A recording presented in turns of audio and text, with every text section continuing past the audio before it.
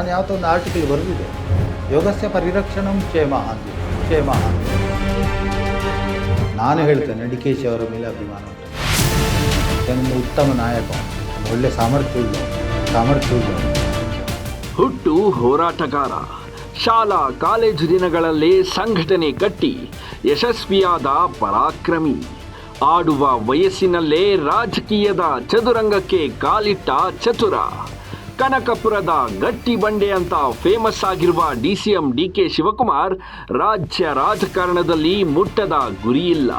ಕಾಂಗ್ರೆಸ್ನ ಸಾಮಾನ್ಯ ಕಾರ್ಯಕರ್ತನಾಗಿ ಇದೀಗ ರಾಜ್ಯದ ಉಪಮುಖ್ಯಮಂತ್ರಿ ಹಾಗೂ KPCC ಅಧ್ಯಕ್ಷರಾಗಿ ಹೆಮ್ಮರವಾಗಿ ಬೆಳೆದು ನಿಂತಿದ್ದಾರೆ. ಇಷ್ಟೆಲ್ಲ ಸಾಧನೆಗೈದ್ರೂ ಅವರು ಪಟ್ಟು ಹಿಡಿದಿರುವ CM ಸ್ಥಾನದ ಬಯಕೆ ಮಾತ್ರ ಕನಸಾಗಿಯೇ ಉಳಿದು ಬಿಟ್ಟಿದೆ. ಕಾಂಗ್ರೆಸ್ನ ಕಟ್ಟಾಳು ರಾಜನಾಗುವ ದಿನಕ್ಕೆ ಅವರ ಬೆಂಬಲಿಗರು, ಅಭಿಮಾನಿಗಳು ಶಬರಿಯಂತೆ ಕಾಯ್ತಾ ಇದ್ದಾರೆ. ಹೀಗಿರುವಾಗ ಇವರೆಲ್ಲರ ಮನದಲ್ಲಿ ಮತ್ತೆ ಹೊಸ ಭರವಸೆ ಬಿತ್ತುವ, ಕನಸಾಗಿಯೇ ಉಳಿದಿದ್ದ ಆಸೆಗೆ ನವ ಚೈತನ್ಯ ತುಂಬುವ ಗುಡ್ ನ್ಯೂಸ್ ಸಿಕ್ಕಿದೆ. ಅದೇನು ಅಂತ ಹೇಳ್ತೀವಿ. ಅದಕ್ಕೂ ಮೊದಲು ಬಾಸ್ TV ಕನ್ನಡ ಚಾನಲ್ನ ಸಬ್ಸ್ಕ್ರೈಬ್ ಮಾಡಿ.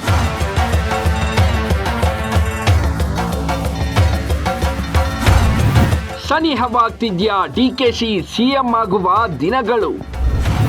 ಗುರುಶಕ್ತಿಯಿಂದ DK ಶಿವತಾಂಡವ.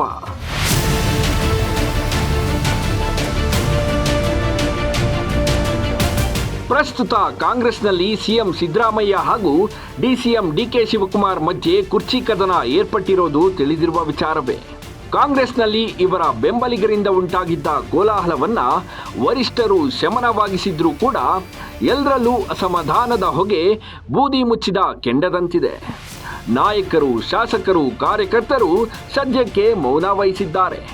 ಈ ಬಿಕ್ಕಟ್ಟು ಸಂಘರ್ಷಗಳ ಮಧ್ಯೆ DKCಗೆ ಅಚ್ಚೆ ದಿನಗಳು ಎದುರು ಬರ್ತಿದ್ದು 2026ನೇ ವರ್ಷವು DKC ಪಾಲಿಗೆ ಅದೃಷ್ಟದ ವರ್ಷವಾಗಲಿದೆ ಅಂತ ಖ್ಯಾತ ಜ್ಯೋತಿಷಿಗಳು ಭವಿಷ್ಯ ನುಡಿದಿದ್ದಾರೆ. ಸದ್ಯದ ರಾಜ್ಯ ರಾಜಕಾರಣದ ಆಗುಹೋಗುಗಳ ಬಗ್ಗೆ ಖ್ಯಾತ ಜ್ಯೋತಿಷಿ ಪ್ರಕಾಶ್ ಅಮ್ಮಣ್ಣಯ್ಯ ಭವಿಷ್ಯ ನುಡಿದಿದ್ದಾರೆ.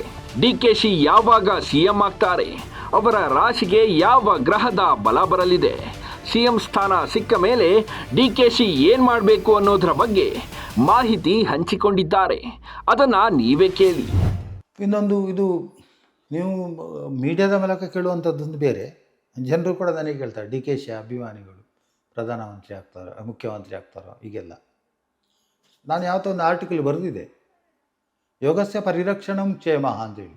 ಒಬ್ಬರನ್ನು ಹೊಡೆದಾಕಿ ಮುಖ್ಯಮಂತ್ರಿ ಆಗಬೇಕು ಅಂತ ಹೇಳುವಂಥದ್ದಕ್ಕೆ ನನಗೆ DKC ಎಷ್ಟೇ ಆಪ್ತನಾದರೂ ಕೂಡ ನಾನು ಅದಕ್ಕೆ ಬೆಂಬಲ ಕೊಡುವುದಿಲ್ಲ.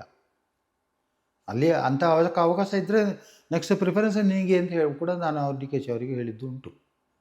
ಹಾಗಾಗಿ ಕರ್ಕಾಟಕ ರಾಶಿಗೆ ಗುರು ಬಂದಾಗ, ಅಂದರೆ 2026 ಜೂನು ನಂತರ ಅವರಿಗೆ ಮುಖ್ಯಮಂತ್ರಿ ಆಗುವಂಥದ್ದು ಯೋಗ ಭಾಗ್ಯಗಳು ಉಂಟು. ಅದನ್ನು ಪ್ರಾಪ್ತಿಸಿಕೊಳ್ಬೇಕು. ಆ ಯೋಗ ಬಂದಾಗ ಅದಕ್ಕೆ ತಕ್ಕಂತಹ ಪ್ರಾಯಶ್ಚಿತ್ತಗಳಾಗಬೇಕು. ಬೇರೆ ಬೇರೆ ರೂಪದ ಪ್ರಾಯಶ್ಚಿತ್ತಗಳು ಇರ್ತವೆ. ಪೂಜೆ ಪುರಸ್ಕಾರಗಳು ಮಾತ್ರ ಅಲ್ಲ. ಮತ್ತು ಒಬ್ಬ ಮುಖ್ಯಮಂತ್ರಿ ಆಗಬೇಕು ಅಂತೇಳಿ ಆಕಾಂಕ್ಷೆಯ ಮನೆಗೆ ನನ್ನ ಹತ್ರ ಬೇಕಾದಷ್ಟು ಹಣ ಇದೆ, ನಾನು ಮುಖ್ಯಮಂತ್ರಿ ಆಗಲೇಬೇಕು, ಒಂದು 50,000 ಕೋಟಿ ನನ್ನ ಹತ್ರ ಉಂಟು ಅಂಥೇಳಿ ಇದ್ದಾಗ ಯಾರು ಕೂಡ ಬರ್ತಾರೆ. ಆ ಸಾಧುಗಳು ಬರ್ತಾರೆ, ಈ ಸಾಧುಗಳು ಬರ್ತಾರೆ, ಆ ಪೂಜೆ ಮಾಡ್ತಾರೆ, ಈ ಪೂಜೆ ಮಾಡ್ತಾರೆ. ಅವರ ಅಭಿಮಾನ ಯಾವುದು ಅಂತ ಹೇಳಿದರೆ ಹಣ. DKC ಅವರ ಮೇಲೆ ಅಭಿಮಾನ ಅಲ್ಲ. ನಾನು ಹೇಳ್ತೇನೆ DKC ಅವರ ಮೇಲೆ ಅಭಿಮಾನ ಉಂಟು ನನಗೆ. ಈಗ ನನ್ನ ಉತ್ತಮ ನಾಯಕ ಅವನು, ಒಂದು ಒಳ್ಳೆ ಸಾಮರ್ಥ್ಯವುಳ್ಳವನು. ಸೊ ಅಂಥವರು ಬಂದರೆ ಪಕ್ಷದ ಚಿಂತನೆ ನಮಗಿಲ್ಲ. ಅಂಥವರು ಬಂದರೆ ಈ ದೇಶವನ್ನು ಸರಿ ಮಾಡ್ಬೋದು ಅಂತೇಳಿ. ಹೇಗೆ ಅಮಾತ್ಯ ರಾಕ್ಷಸನನ್ನು ಅಷ್ಟು ವಿರೋಧಿಯಾಗಿದ್ದರೂ ಕೂಡ ಚಾಣಕ್ಯ ಮಂತ್ರಿಯನ್ನಾಗಿ ಮಾಡಲಿಲ್ಲ. ಅದೆಲ್ಲ ದೇಶದ ಒಂದು ಹಿತದೃಷ್ಟಿಯಲ್ಲಿ ಮಾಡುವಂಥದ್ದು.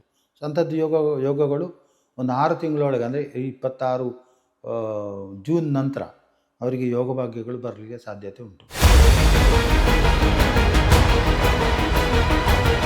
2026ರ ಆರಂಭದಲ್ಲಿ DKC CM ಆಗುವ ಸಾಧ್ಯತೆಗಳು ಕಡಿಮೆ ಇದ್ದರೂ ಜೂನ್ನಲ್ಲಿ ಅವರಿಗೆ ಪೂರಕವಾದ ಗ್ರಹಗತಿಗಳು ಸೃಷ್ಟಿಯಾಗಲಿವೆ ಅಂತ ಜ್ಯೋತಿಷಿಗಳು ಹೇಳಿದ್ದಾರೆ. DKC ಏನೋ ತಮ್ಮ ಗ್ರಹ ಬಲಗಳಿಂದ ಮುಖ್ಯಮಂತ್ರಿ ಆಗ್ತಾರೆ ಅನ್ನಬಹುದು. ಆದರೆ ಸಿಎಂ ಕುರ್ಚಿ ಮೇಲೆ ಗಟ್ಟಿಯಾಗಿ ಕೂತಿರೋದು ದಾಖಲೆಗಳ ಸರದಾರ ಸಿದ್ದರಾಮಯ್ಯ. ಅಂಥವರು ಡಿಕೆಶಿಯ ಪ್ರತಾಪಕ್ಕೆ ಮಂಕಾಗುವುದುಂಟೆ. ಇದಕ್ಕೂ ಕೆಲವೊಂದಿಷ್ಟು ಕಾರಣಗಳಿವೆ. 2026ರಲ್ಲಿ ಸಿದ್ದರಾಮಯ್ಯನವರ ಗ್ರಹಗತಿಗಳು ಹೇಗಿರಲಿವೆ? ಕುರ್ಚಿ ಫೈಟ್ನಲ್ಲಿ ಅವರು ಮೇಲುಗೈ ಸಾಧಿಸುತ್ತಾರೋ ಅಥವಾ ಸೋಲು ಒಪ್ಪಿಕೊಂಡು ಹಿಂದೆ ಸರಿಯುತ್ತಾರೋ ಅನ್ನುವುದರ ಬಗ್ಗೆ ಕೂಡ ಪ್ರಕಾಶ್ ಅಮ್ಮಣ್ಣಯ್ಯ ಭವಿಷ್ಯ ನುಡಿದಿದ್ದಾರೆ. ಅದನ್ನು ಒಮ್ಮೆ ಕೇಳಿಬಿಡಿ. ಅದೇ ರೀತಿಯಲ್ಲಿ ಸಿದ್ದರಾಮಯ್ಯನವರಿಗೆ ಈಗ ಶನಿಯಿಂದ ಶನಿ 8ನೇ ಮೇಲೆ ಇರುವಾಗ ಅವರಿಗೆ ಒಂದಲ್ಲ ಒಂದು ರೀತಿಯ ಹಿಂಸೆಗಳು, ತೊಂದರೆಗಳು, ದೇಹಾರೋಗ್ಯಕ್ಕೆ ವ್ಯತ್ಯಾಸಗಳು ಇದೆಲ್ಲ ಬರ್ಬೋದು. ನಾವೆಲ್ಲ ಅದಕ್ಕೆಲ್ಲ ದೇವರ ಹತ್ರ ಪ್ರಾರ್ಥನೆ ಮಾಡ್ತೇವೆ, ಅವರ ಆರೋಗ್ಯವನ್ನು ಚೆನ್ನಾಗಿ ಇಟ್ಟಿರಲಿ. ನಮ್ಮದು ಪ್ರಾರ್ಥನೆ ಉಂಟು.